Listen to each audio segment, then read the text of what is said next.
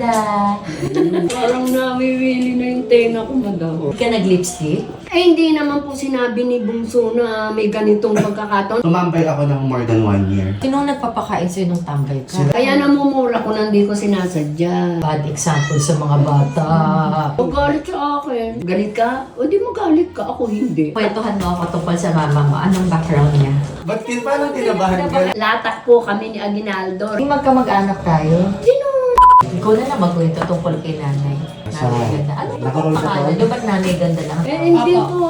Ewan Ano ko si ba po Bungso. yung pangalan? Bakit may screen name kayo agad? Ano po? Unida, Aguinaldo, Abion. Tapos yung ganda po or magandang dilag. Pang-asar ko lang po talaga sa kanya yun. Pakasar ang ganda.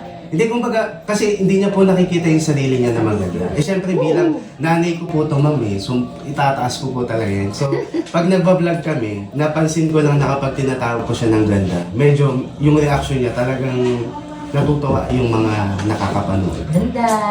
Hindi, ganda. Parang namiwili na yung tenga ko, madam. Ba't naman hindi? Ay, siyempre, lalo pag lalabas ako, bibili akong ulam. Ganda tawag sa'yo. Opa, miski 4 na taon, 5 taon, mga estudyante. Dito po ang daan dito. Maganda. Magandang dilan! Huwag ka maingay! Baka may makarinig. Mga bata pa. Mas maraming bata, madam, na nawibili. Sa amin, may 89 years, nilapitan kami, madam. Siya daw galit sa mga nagmumura. 89 na siya. Galit siya sa galit na galit siya sa mga nagmumurang mga tao. Pero nung makita daw kami, dun sa vlog namin ni Monsa, kasi minsan pag nagagalit na ako, nakakapagmura ako, nandi ko sinasadya. Natutuwa siya dun sa mura.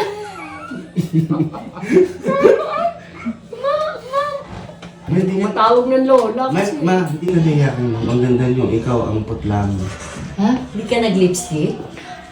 Eh, hindi naman po sinabi ni Bungso na may ganitong pagkakataon. Eh, ako'y nag-aano ng mga pagkain ng aso, pagkain ng tao. Oh, kailangan mong lumebel kay Ma'am Bernadette. Ay, hindi. Umano ka na. Makikita, ano? Ilabas mo ng... Hindi ano, bulag yung mga manunood. Hindi, ilabas mo na nga yung ano, para mas maging confident Alin?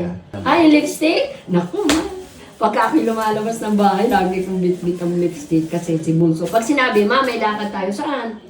Sa mall. O, magle-lipstick ako. Hindi nga sa lipstick mo. Mag-lipstick lang kayo. Go. May superpowers ba yung lipstick na yan? Maganda ako pag naka-lipstick Oh, ako. go nga, madam. patingin nga po. Baka super Ay, ganda madam, na ha. kahit walang salamin, nakukuha ko. Maganda ako pag naka-lipstick ako. Sige nga, tingnan ko kung mapapantay na yung lipstick mo. Huwag kang kabahan, ma, ha? Hininervyos mo, nanginginig Ma, mo. yung baba lang nalagyan mo. Hindi, kakalat yan. Basta maganda ako sa lipstick. Pantay mo pa. Ipantay mo pa. Papanood ka sa TV. Oo, ipantay. Kwentuhan mo ako tungkol sa mama mo. Anong background niya? So, si mama po. Ba't paano tinabahan ka lang? Ay, ito, kung ano na naman baka... Hindi walang biro. Ito totoong kwentuhan. Si mama po ay talagang dedicated mother po talaga siya sa amin lahat. Kahit hindi niya nga po anak eh, concerned po siya sa lahat ng taong nakapaligid sa kanya. Sobrang bait po ng nanay ko. Hardworking. Hanggang ngayon po, di ba, uso na po yung mga washing machine, yung mga technology. Kami na po yung nagsasermo na huwag ka na maglaban ng hand wash. Pero siya matigas po ang ulo. Yun lang po yung medyo mahirap. Hand wash. Hanggang ngayon, gusto niya pong pinagluluto kami. Kahit pwede namang umorder. So lumaki kayo, housewife talaga si Nanay Ganda. Ang kwento niya po, nung bata pa talaga ako, like, nagtatrabaho pa po siya. 22 years ako, nagpabrika, mananahi. Pero yung namulatan ko po talaga, yung may isip na ako, nasa bahay po talaga siya. Devoted. Devoted po talaga. Extended pa po yan sa lahat ng mga relatives, mga neighbors. Hindi nga lang daw tatlo yung anak ninyo. Oo. Paano hindi naging tatlo? Example, yung kaibigan ko, hindi naman niya kayang pag-aralin yung pamangkin na ulila na kasi sa matina. Dinala sa akin, gawin ko daw maglalaba, ay bata pa. Sabi ko, sige, dito na lang sa akin, sige. Pag-aralin ko, gusto niya mag-college, kahit 2 years daw. Isa lang yan doon sa sample na inalagaan ko.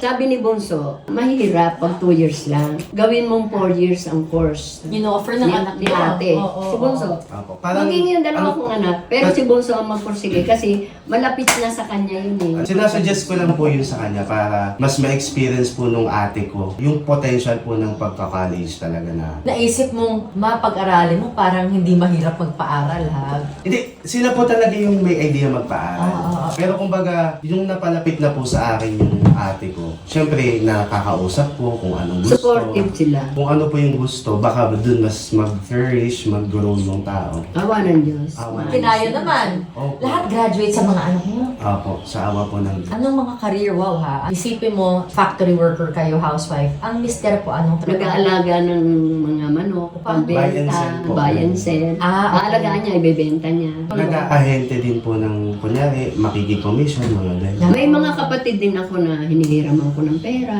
kung sakaling gipit na talaga kasi hindi naman mahirap magpaaral sa private ma'am, di ba?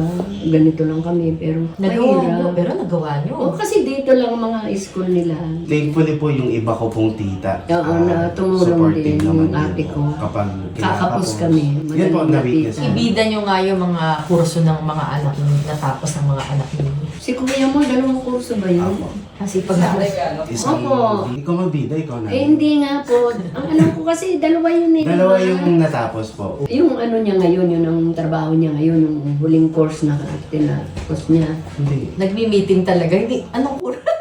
Yung kasi kurso si po kuya. ng kuya ko, yung natatanda ko lang BS Math, pero meron pa po siyang isa na natapos. Oo. Nung gumraduate po siya kasi, Nag-graduate. parang around 2021, yung tatay ko po, may pananaw po siya na bata ka pa. Mag-aral ka pa ulit. Kahit gusto niya magtrabaho, nag-aral po siya ulit. Pero parang 2 years na lang po yun kasi yung mga major subjects na lang po Yes, naman. yes. O yung pangalawa naman. Hindi ko rin alam kung ilang kurso to kasi 4 years civil engineer. Tapos nag-IT. Oo. Tapos, Yung edu. nag-edu. Edu. Pero naging police po ngayon. Ang gulo. Tapos ikaw ay naging architect. Ako po yung naging architect. Pero ngayon naging vlogger. Ako pa naging vlogger po ako. Ah, sige, ba't ka nag-architect muna tapos iniwan mo rin naman? Nag-architect po ako kasi nung mga elementary, high school, sa arts po na subject, lagi po ako napupuri ng mga teacher ko na, uy, magaling mag-drawing. No, Pero sure. maliit pa siya, di pa siya nag-aaral. Talagang, oo, nakikita na. Hindi, kumbaga, yun po yung notion sa, magaling ka mag-drawing, mag-architect ka. Parang ako, na-instill po sa akin nung bata pa ako, elementary, mag-architect ako, ganyan. So, lahat po nung ambition, lahat ng dream ganyan, nakalagay po lahat to be an architect. Ganun po, napanindigan ko siya hanggang high school. Kapag architect, yayaman, ganyan. Kumbaga, yun po yung mindset eh. Until yun po, syempre, nag-college, gumraduate, nagtrabaho. Doon ko na-realize na, hindi pala. Hindi ka pala yumaman sa pag... Hindi pala pag sinabing nakakayaman ng pagiging Oh. architect, engineer, kung ano mang kurso, hindi po siya gano'n nag-work. Nakadepende pa rin sa'yo kung paano mo dadalhin yung sarili mo. So, hindi ko naman po in-expect na mag-vlog din talaga. Nagtatry lang ako for myself. Ang approach ko pa nga po ma'am before, medyo professional. Kasi syempre, architect po ako nun. Ayaw mong bitiwan syempre yung pagiging architect. Opo. Kumbaga nagtatry ako, mas priority ko po yung career ko na architect. Tapos, nung nag-pandemic po, lahat po naapektuhan. Nawalan po ako ng trabaho. Tapos, Yun pala nangyari. yes po, nawalan po ako ng trabaho. Bale, 5 years po ako. Kasi pagka-graduate ko po, antimano, nagtrabaho po ako agad. Kahit sabihin nilang, bata ka pa, mag-aral ko. Hindi. Trabaho. Kasi sa architect po, kailangan mo po ng 2 taon na working experience bago ka makapag-board exam. So, nagtrabaho po ako para rin makapag-support ka na mama, makapag-abot-abot. Na doon ko po na-realize, ma'am, na hindi pala ganun kabilis. Salary-wise, hindi ka agad mataas, talagang gagapangin mo. So, 5 years po ako sa corporate, nag-pandemic, nawalan po ako ng trabaho. Tumigil po yung mundo ko nun. Pero once in a while, nagtatry ako mag-vlog. Pero may time kasi sinama ko po si mama. Tapos napansin ko na mas maraming natuwa. Parang isama mo ulit yung mama mo, ganyan. So, ako nung time na yon, syempre, may part sa kanila na maghanap ka ulit ng trabaho, ganyan. Kasi syempre, mas binavalue po nila yung natapos ko, sayang, ganyan. Alam niyo po yung mga paniniwala ng mga magulang, mga matatanda. Nung nawalan po kasi ako ng work, ma'am, talagang lagapak po talaga. Kasi biglaan po eh. Tapos parang wala kang naipon. At the same time ako, ang pangarap ko po, syempre, mabigyan ng komportableng buhay yung magulang ko. So talagang babang-baba po yung pakiramdam ko. Wala po akong drive na mag-work. So tumigil po ako, ma'am. Tumambay ako ng more than 1 year. Matagal yun, ha? Matagal po talaga. Sino ang nagpapakain sa'yo nung tambay ka? Sila mama po. Ang nakakatawa pa po dun, ma'am. Nung nawalan po ako ng trabaho, si mama, kinausap niya ako. Lahat pala ng inaabot ko sa kanya, ma'am, galing sa sweldo kasi nag-work ako, tinatabi niya. Tapos parang in-offer niya sa akin na, doon po ako nagulat, ha? Tinatabi mo? Pero hindi ko po kinuha. So, tumigil po ako ng more than 1 year, ma'am. Inisip ko talaga kung anong gusto kong gawin, ganyan. Tapos medyo may part po sa akin na gusto ko talaga mag-vlog. Pero hindi ko po siya magawa ng tuloy-tuloy kasi iniisip ko po sila. So, once in a while, nag-video po ako. Until the following year, binigyan na ako ultimatum. Kinakausap niya po kayo, oh, kailangan ka mag-work. Ngayon, ang ginawa ko po, nag-apply po ako, ma'am. Nag-try po ako sa virtual assistant. Nag-apply din po ako sa mga iba't ibang company. Ang nangyayari po, ma'am, kapag magjo-job offer, pare-parehas po nangyayari. Hindi po ako pumupunta or hindi ko po tinatanggap. For some reason, siguro natatakot po akong matali ulit sa system na gigising ka ng alas 5, papasok ka ng alas 7 or alas 8, uuwi ka ng gabi, tutulog, biyahe, traffic, cycle. Parang dun po, ayoko. Parang may part sa akin na gusto kong i-pursue yung pagbibideo. Pero wala po akong mapanghawakan kasi wala naman pong nanonood sa amin. So parang ang nangyari, during the time na nag-a-apply po ako, bino-workout ko rin po yung Content pag-vlog. nyo, oo. Nang hindi masyadong paano kasi mas gusto po nilang mag-architect ako. Until dumating po yung moment na parang may ginawa ko kami isang content, nag-viral po siya.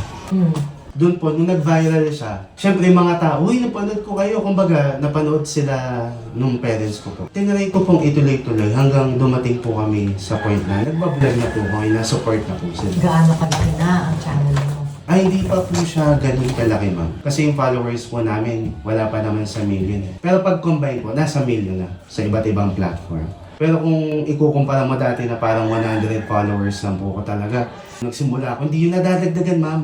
Until nung sinama ko siya, ma'am, nag 10,000, 100,000, 200, packet na po ng paakyat. So, Ganda mo. oo, ganda talaga. Tapos eventually, ma'am, na-invite na po kami ng mag-guest sa ganito, ganyan. Doon po nila nakita na, meron din naman palang benefit yung social media kasi makikilala din naman po ako, architect, pwede naman po nila akong kuhain kung gusto nila. So, mas flexible po ngayon. Kumbaga parang naging marketing. Opo. Pero ano yung pinakaambag niyong mag-ina sa palagay mo based on the comments na nakukuha mo? Medyo maloko po kasi talaga ako, ma'am, sa contents namin. Prank, kalokohan, challenge. Ang mindset ko po bilang anak, gusto ko mag-enjoy din eh. At the same time, syempre, yung buhay naman po natin isa lang yan. Gusto ko rin i-make the most out of every moment. So, ang tingin kong ambag po namin, ma'am, talaga, yung happiness. Nakakapagpasaya po kami ng tao, ng mga nakakapanood sa amin. Especially si mama. Happy feel po siya ng mga nanonood po sa amin. Every time na may mababasa po ako na, alam mo ba, bumagsak ako sa exam or nawalan ako ng trabaho, parang bad day yung na-experience nila. Pag napapanood po nila kami, nakakalimutan nila, panandalian yung problema po nila. Yung mga nag-abroad, nagsasabi, nawawala yung homesick nila sa pamilya pag napapanood kami. Yung mga nasa barko, Opo. pinababasa sa akin. Kahit papano, yung simpleng video namin dito sa bahay, pag napapanood nila, natutuwa sila, nako-comfort namin Mas sila. marami mga estudyante, madam. Anong feeling nyo? Bigla kayong sumikat? O pinasikat ng anak nyo? Ano ba? Kayo ba ang nagpasikat o siya ang nagpasikat? Ay, hindi ko na inaalam yun, ma'am. Basta sabi nila, ay, kahit saan, ganda. Sabi ko, wala kayong sinungaling. Lahat po Mahirap, talaga. masama ang sinungaling. Lahat sila, ganda mga estudyante, karamihan. Yun na po talaga, ma'am. Mga yung naka-uniforme talaga, kahit saan kami magpunta. Ganda. Oo. Magandang nila. Ganun pa po. Opo. Naiya ako.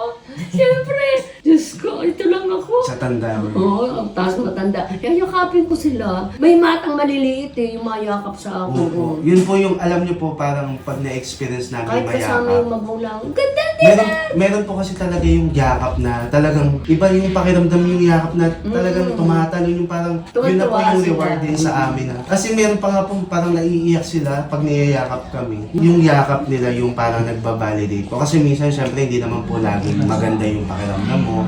Minsan napapagod ka rin. Pero yung mga yakap na mga taong nanonood sa'yo, parang Tuwan-tuwa sila, tuwan-tuwa. siya na, sige tutuloy natin, gawin pa natin. Kasi hindi naman po lahat good comments, ma'am. Meron din po talagang mga hindi natutuwa. Pero yung mga ganun, hindi po namin talaga sila pinapansin. Nakakataba ng puso. Mas focus po kami sa feel good lang kami. Tsaka yung essence ni gandang dilag. Anong essence? Essence. Essence. Anong essence? Ikaw, Ikaw? Yung ako. parang kung paano ka, mas ramdam ng ibang tao yung naning nakilala mo. Opo. Tama ba? Kasi yung ngiti niya iba, no? Opo, opo. Yung aura. Yun, aura. Opo, nabuhay akong ganito, wala akong kagalit.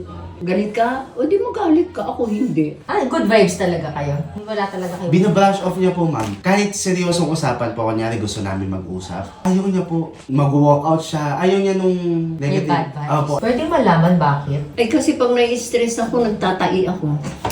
Ninenervous ako. Gusto ko masaya, Kasi ma'am. kinakabahan Kasi ka. May mali- nervyos pala. mali.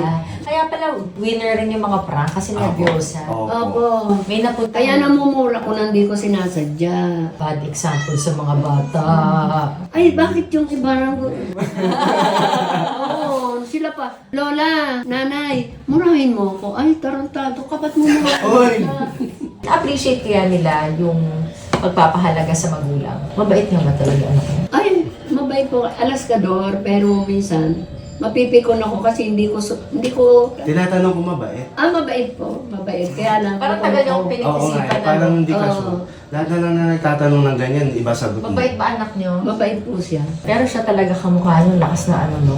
Aguinaldo. Latak po kami ni Aguinaldo. Relatives po talaga ng parents namin, si Emilio. Doon, lagi sila nagre-reunion taon-taon sa Cavite. Talaga? Opo. Eh di magkamag-anak tayo. Si Brano ka eh. Aguinaldo nga ako. Asawa ko Aguinaldo. Sino? Emilio Aguinaldo IV yung asawa Ang galing. ko. The port. Oh, di latak. Ay, hindi na. Latak yung asawa nyo, port na eh. Pero mahilig kayo. Bakit ganun na lang kayo magdasal? Kasi ang pakiwari ko laging andyan ang Panginoon nating Hesus Kristo, tapos mahal na Birheng Ina ng Diyos, Ina ni Jesus, tapos si Yahweh dakilang Ama namin. Yan pong lahat yan. Iba yung kay Hesus Kristo, iba yung kay Mama Mary, iba yung kay Yahweh dakilang Ama. Buong bansa na yung buong mundo yung kay dakila. Bakit ka daw mahilig magdasal? Ako na po, tumama. Nakasanayan. Nakamulatan ko na. Anong feeling nyo ngayon? Nalinis yung anak nyo sa pagiging arkitekto. Ginapang nyo siguro sa pagiging arkitekto, pinilit maging content creator. Kasi ang pananaw ko po sa buhay, kung ano ikasisya mo, suportahan kita. Kung saan ka masaya, kung saan ka maligaya. Kasi kung pagagawa ko yun, ayaw mo naman, labag sa kalooban mo, hindi ka masaya. Hindi magiging ayos yun. Kung saan siya masaya, sinabi ko naman sa papa niya. Kung saan masaya si Bunso, doon ako. Doon po siya masaya. Binibigay ko. Eh ano yung para sa inyo? Ang ano naman niya, kung saan din ako masaya, masaya ako pag inaabot ka ng ng pera. Pambili po ng pagkain ng aso po sa... Hindi ko niisip pagkain namin. Kikita naman kayo, di ba? Oo. Basta At pag least, binigyan ako, masaya ako. Minsan bago ko daw gawin to, ma, papakitaan niya akong blue. Pera. Libo, libo. Wala na. Sige, anong gagawin ko? Pera. No? Baka meron silang mga dagok sa buhay pinagdaanan. May challenges ba? Para kasi hindi halata. Ay, yung ate ko nga. Ano wala? Opo, mas hirap na hirap akong tanggapin hanggang ngayon kaysa sa parents namin. Kasi ang parents namin, nasalbihan namin, 93 na yung nanay ko nung namatay. Nasilbihan ba namin? Tsaka hindi niya po na-meet yun nung... Oo, hindi kami Sa TV lang pinayagan po dito. siya. Hindi kami pinayagan lumabas, pandemic na. 2020 na, kasagsagan ng pandemic, hindi kami binigyan ng permit ng So yun yung masakit doon. Yun ang hindi ko maano, pag naalala ko talaga, hindi maiwasan. Eh ikaw, anong dagok mo? Dagok, siguro. Sa trabaho. Hindi, bukod dun sa trabaho, yung nag-aaral po kami. Kunyari, gusto ko pong mag-aral dito sa school na to. When banggitin yung school? Okay lang, sige, ito na. Yung dream school ko po kasi UST. Ah, Tapos, nung magka-college na ako, nalaman yung tuition fee. hindi po kaya. Talaga. Mm. Kasi nasa 50 plus, hindi po talaga kaya. Kahit anong gawin, kahit anong tumbling, manghiram, hindi po talaga kakayanin itawid. Kasi first sem pa lang, 50 plus na, may mga kapatid pa po ako. So yun po yung parang pinaka malungkot na moment ko nung mga time na nag-aaral ako. Siyempre nag-arky po ako, may school na maganda pang arky. Yun po yung target ko nung time na. Question, meron ka bang panghihinayang or siguro nakapasok ako sa school na to kung walang sinusuportahan na marami? Wala po ma'am. Kasi nung time na yun, hindi ko po nakikita yung mga ibang napapaaral nila mama na burden or ano. Kasi bata pa po ako ma'am, lumaki po ako kasama nila. So clean slate po yung utak ko na kapatid ko na sila. Tsaka favorite po nila ako ma'am. Lahat po sila, gusto nila akong kasama. Hinihiram ako, katabi ako sa kwarto. Minsan sinasabi pa ako Bunso mali talaga. mo. Talagang hindi ko po naramdaman na iba sila sa akin. Nalungkot lang po ako nun sa sitwasyon namin. Tinanggap ko na lang po yung sitwasyon. Pero ngayon, ang daming blessing. Ayun po. Ito pong blessing, hindi po talaga po po ito in-expect mo. Kasi nawalan po ako ng work, akala ko tapos na. Thankful lang din po talaga ako kay Lord. Kasi yung mga moments na nag-a-apply ako dahil napipilitan po ako, umiyak po talaga ako ma'am kay Lord. Nasabi ko, Lord, ibigay mo to sa akin na itong pagbablog, ito na yung maging means of income ko, ito na yung magawa ko sa buhay ko. Kasi 5 years na po ako nag-work, Lord. Wala naman pong nangyari. As in, umiyak talaga ako. Kasi nung moment na yun na yung medyo nandun ako sa D level. Anxious na ako, tapos iniisip ko yung parents ko, patanda, wala akong niaambag. Talagang iniyak ko po talaga lahat. Tapos doon ko po ginawa yung channel namin. Tapos parang inano ko lang, gagawin ko to Lord. Kung ibibigay mo to sa akin, ikaw na po bahala. Surrender ko na. Ginawa ko po yung channel nang wala akong assurance. Ayoko na talaga mag-work. Ito po yung hindi ko na, kahit job offer, hindi ko na po inattendan. Kahit kinukulit na ako, hindi po talaga sa po, Lord, ito po talaga. Ibigay niyo po sa akin, kung para sa akin. Ginawa ko po yung page namin, The Aguinaldos, nang wala po akong followers. Tapos nag-upload lang po talaga ako, win-workout ko po ma'am. Kaya naniniwala po ako kapag may gusto kang bagay, bigyan mo lang ng oras. Tapos maging consistent ka lang. 3 to 6 months after, na-invite na po kami sa TV, nagtuloy-tuloy na po, kumita na po kami. Sobrang laki po ng pasasalamat ko po kay Lord talaga na binigay niya po ma'am. Kasi sa totoo lang yung profession ko po na architect, gusto ko naman siya. Pero alam mo yung, hindi mo alam kung paano ka maa-asenso dun sa profession na meron ka. Totoo po yun pala kapag sinurrender mo talaga. Sige, ikaw na yan. Kasi ibibigay naman po kung para sa'yo. Ito pong blessing na dumadating po sa amin. Ito po ay, siyempre, si Lord po ang may bigay. At siyempre, ito po tingin ko lang po dahil sa sobrang bait po ng mga magulang. Ito po yung balik ni Lord.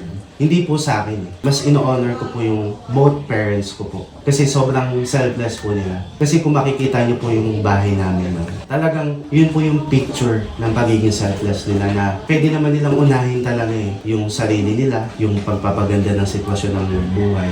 Pero mas iniisip nila yung tao sa paligid nila. Kaya tingin ko po, ito pong pagbablog namin, ito po yung ginawang way ni Lord para magpasalamat po sa mga magulang ko. Kasi sobrang, wala po talaga ako masabi. Sobrang selfless po nila. Kapag sinasabi nila, ang galing, hindi ako to. Kasi siya po talaga yung tingin ko na-appreciate. And tingin ko na-appreciate siya kasi wala siyang ginawang masama sa mga tao sa paligid niya. So, totoong maganda si Mama, hindi na sa labas. Opo, ma'am. Sobra po. Sobra po.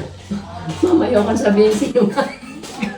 Hindi ko. Hindi po niya tanggap na maganda siya sa panlabas, pero panloob po talaga. Sobrang bait.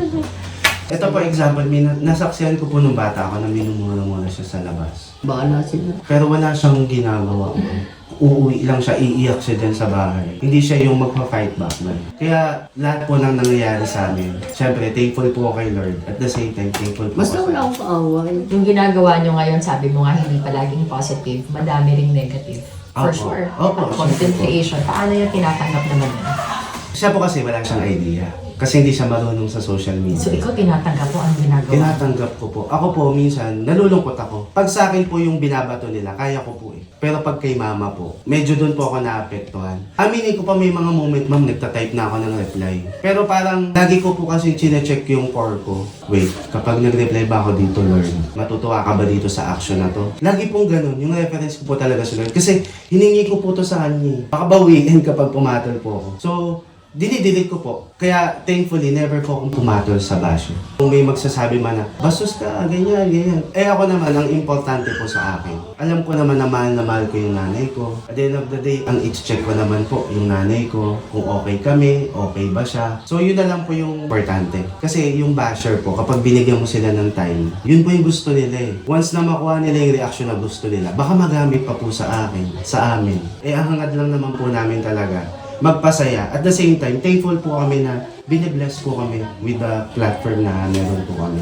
Kasi ma'am, promise, yung iba, wini-wish kami mga matay. Ganyan nga, madaming ganyan. Oo. Kumbaga parang hindi mo maiisip na pag di ka masaya sa nakikita mo, pwede mo scroll, block mo kami, huwag mo kami panood. Pero yung may moment ka pa na murahin kami, tapos Naka-essay pa eh, no? opo, patay gutom, mamatay, ganyan yung mga terms nila na yun po yung ano. Pero ngayon, syempre ma'am, sanay na. Buti hindi ako Nashock ako. marunong.